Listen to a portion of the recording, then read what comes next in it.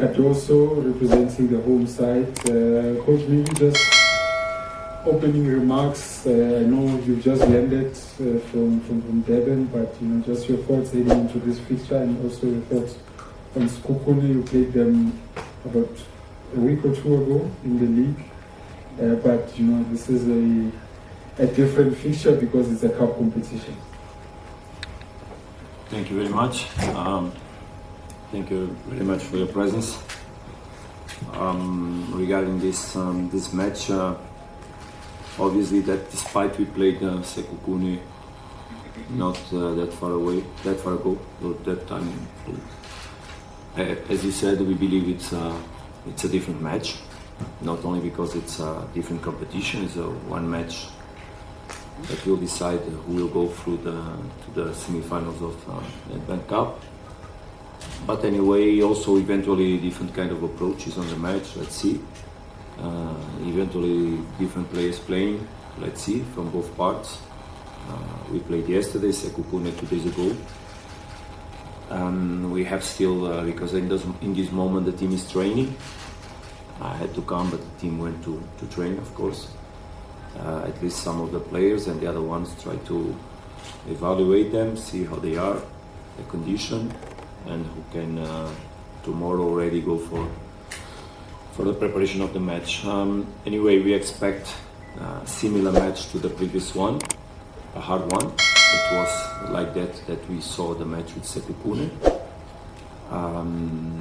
Whatever was the result of the previous match has nothing to do with how we feel the game will be played. We need obviously to have the best attitude. We know what we did well, what we need to take care.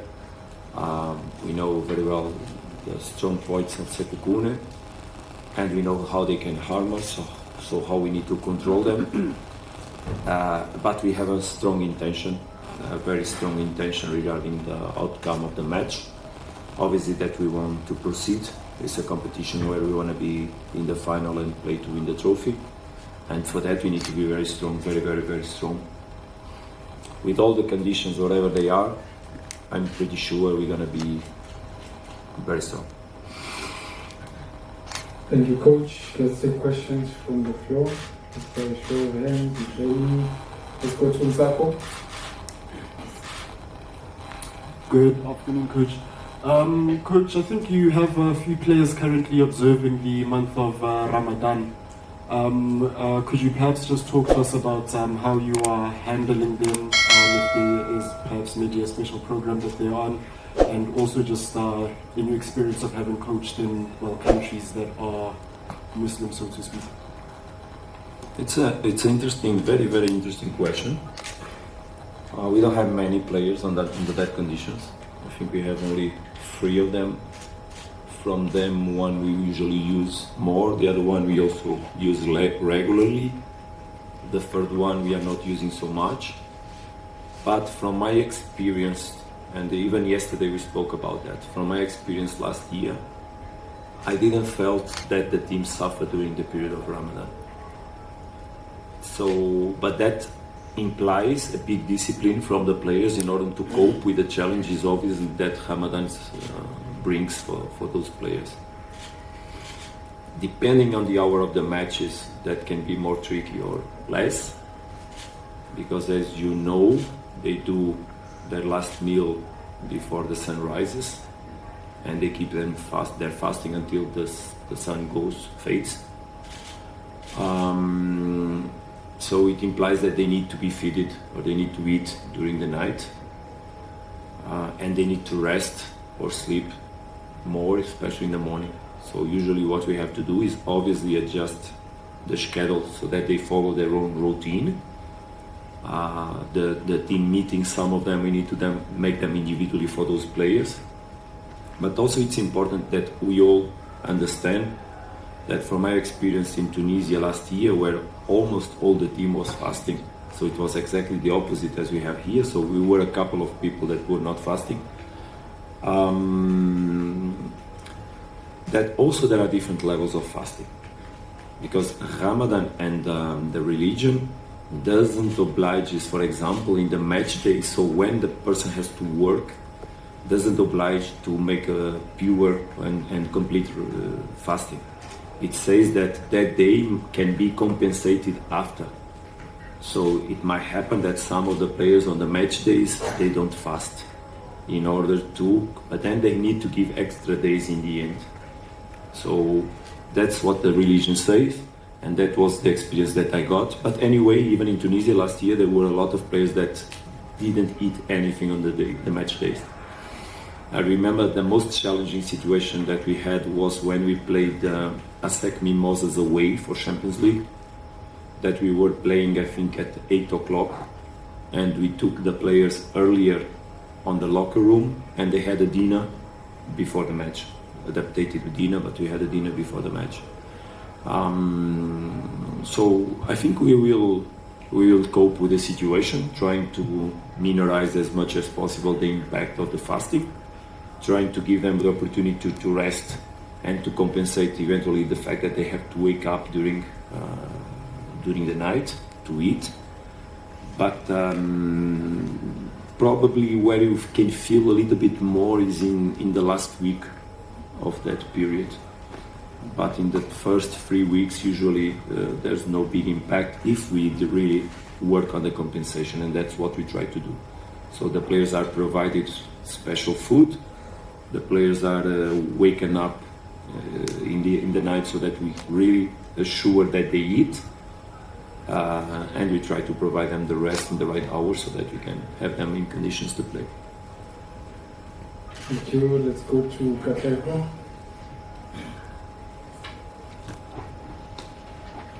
Coach, when you look at, that before the first game against Sekhukhune, you did mention the physical aspect. We also saw that against Golden Arrows yesterday, with Lucas coming on the back of some, tough challenges. So where do you draw the line between physicality and also trying to play the game in the right manner? Very interesting question also. Obviously that the impact of the fatigue in the players can happen in a different way. Players, not all of them, they have the same pattern of physical activity during the matches. As I said already in some press conferences, the ones that suffer most are the ones that have to do, or usually they do very explosive actions. Because the fatigue conditions a little bit the capacity to repeat high intensity efforts. So it's normal that the players that have that pattern of activity and that their game depends on that capacity, they feel more effective eventually. Fatigue also is felt more in the third, fourth match in a row. So in the first, second that you enter in such schedules, you don't feel so much, but in the third, fourth, it can happen that it will touch you. But also is a matter of how used you are to that kind of work. And obviously that helps us a little bit because we work with players that have been doing it already, maybe not so aggressive as these last 2 weeks, and mostly this last the matches that we have had, last one and the next two, because we're going to play 3 times in a row on the third day, what is absolutely unacceptable in my way of seeing. But it's what we have. We'll manage context. I think that yesterday was clear in the first half that it was difficult to pick the rhythm of the match, but it was also clear in the second half how strong we were and how we should have obviously won the match yesterday. And this is just what I asked, to let us play football, nothing more than that. Right, as we proceed, Temba Shabalala.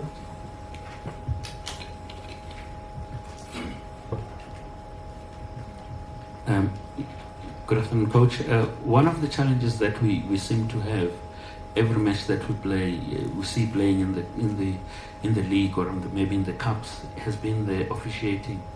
And even if we can take it back to the match yesterday, how far are we, do you think, as the league, are we from getting it right in terms of the officiating now that you guys come all the way to strengthen the league and all of that and bring all these players, but the officiating still remains a problem. Thank you very much to giving me the opportunity to speak about that issue. Because as you know, I don't like really to mostly personalize whatever has to do with referees. I will never do it, because I think that in the end the coach has more to lose than to win when he personalizes the question. So I will not personalize, because regarding yesterday, you are the ones that should speak for your football. You are the ones that should defend your football. You are the ones, you are reporters, you have a social impact and an impact on the people that has responsibilities on football. It's up to you to highlight what good or worse or bad he's been doing. What I tell you is that at the same time that the conditions where football is played, the level of the coaches is increased or should be increased. The level of the players is increased. Also the level of the referees should be increased. In general, but it's not in South Africa, it's everywhere in the world. I think obviously that it would be very important that VAR could be put on working here in South Africa. It would help the referees, because also referees, they are human beings, and when they make a mistake during the match, it's normal that can happen. When it's too many mistakes in one match, obviously it's not comfortable. And as I said, it's up to you to look to yesterday's match and see what happened. Because in a normal game yesterday we have won, and that costed us 2 points. That can be very important on a championship fight, can be very important on the morale of the team. But as I started to say, I think that all the organization of football in South Africa must understand that what is important is to defend football. There must be a vision clear of development.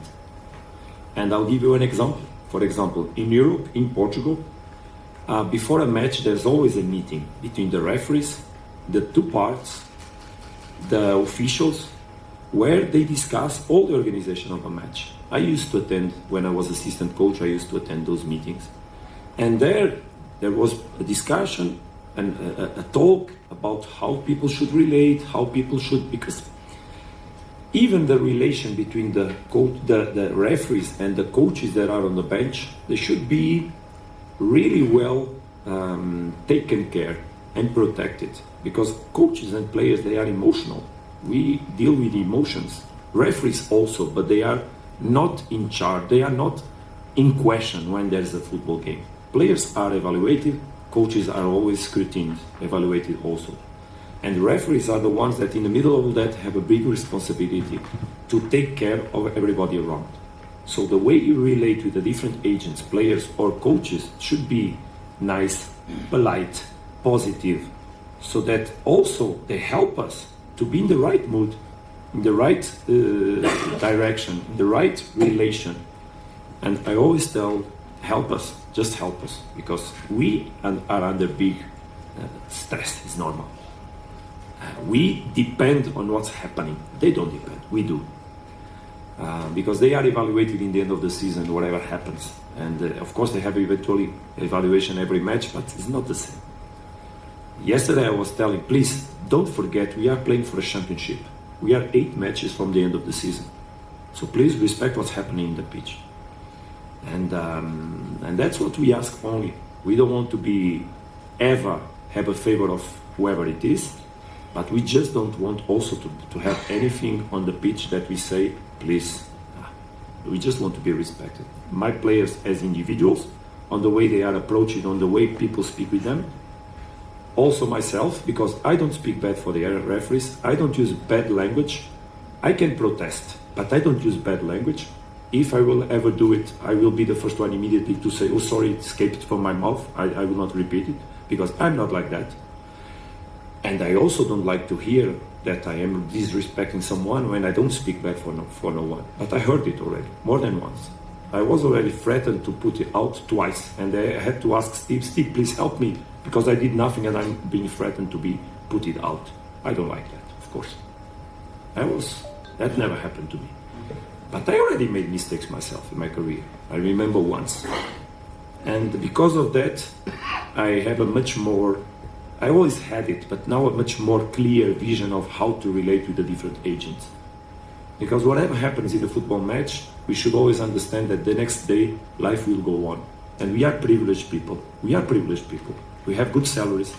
We have our families protected because of that. We do what we love. But I think also the referees do what they love. Also players do what they love.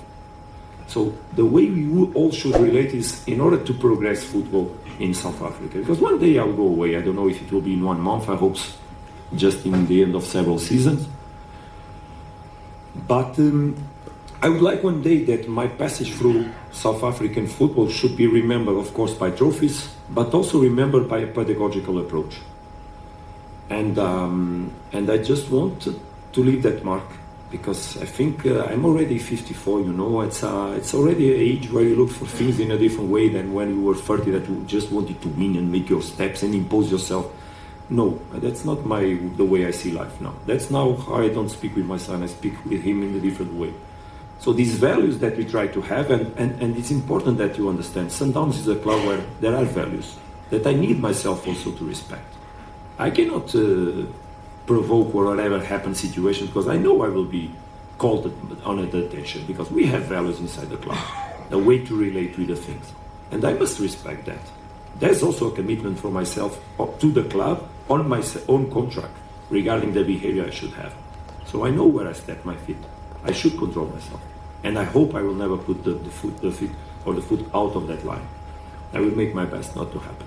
But I ask everybody to help us to have the right emotions, to live the right emotions. Because I think I said that already publicly.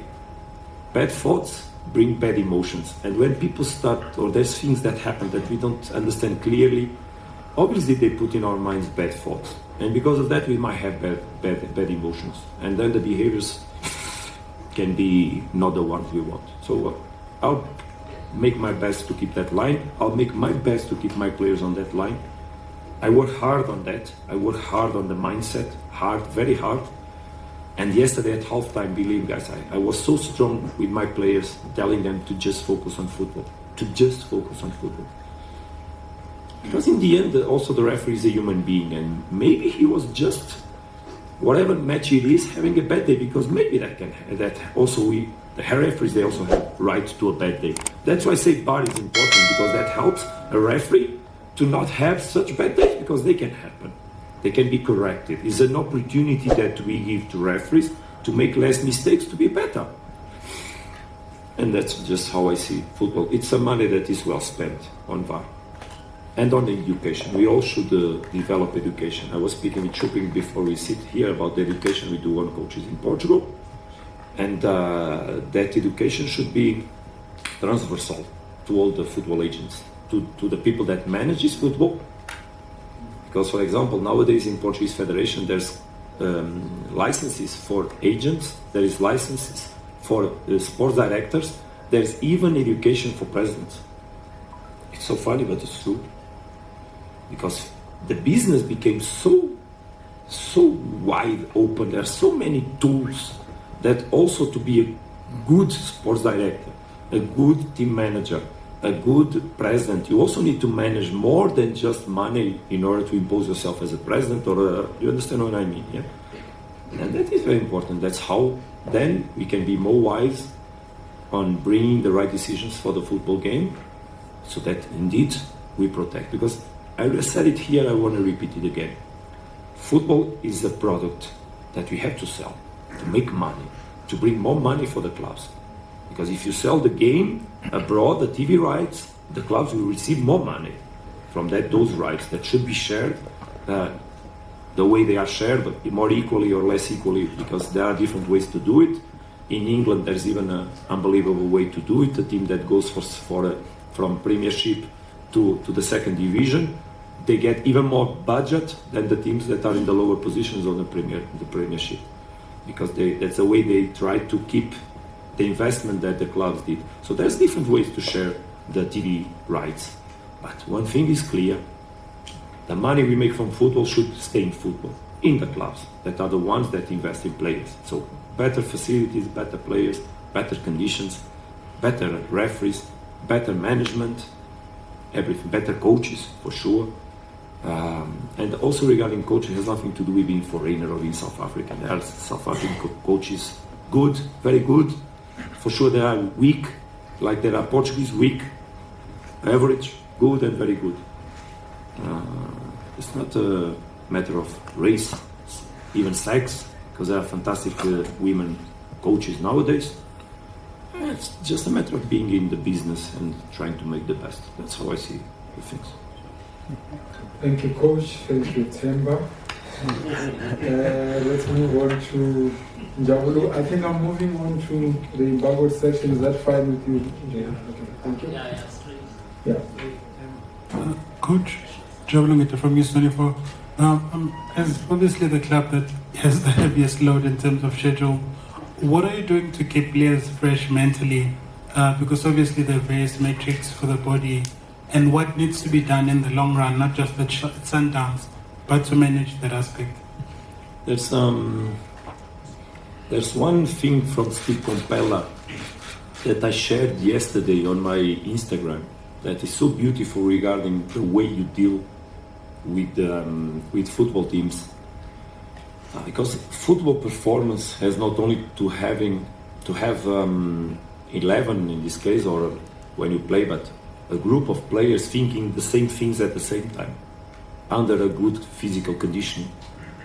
It's about uniting hearts, uniting souls, making brotherhood. Also, I shared a photo that it was public from me with Tapelo and Tefsa after the match with Chiefs, where we were embracing each other. Those emotions are what glues football people in one team. And that's what we have strong, that keep us attached and committed.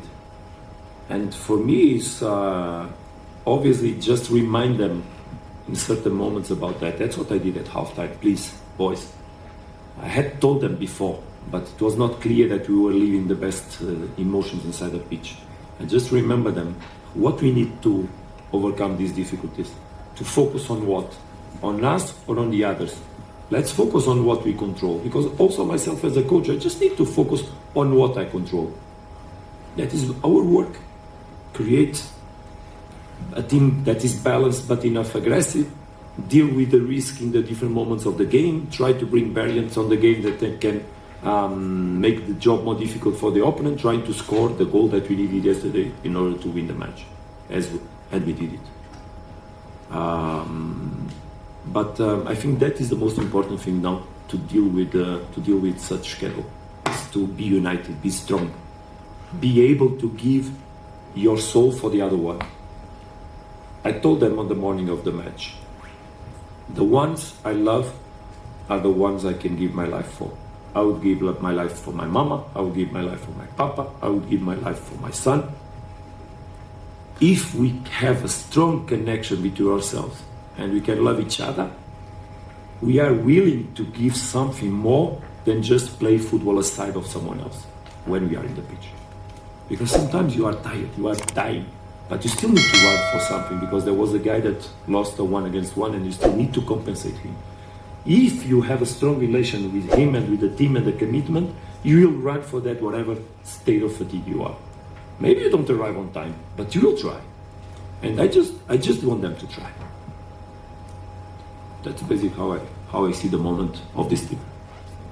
Thank you, Coach. Do we have any other questions? All good? I think we're good. Thank you very much, Coach. Thank you very much.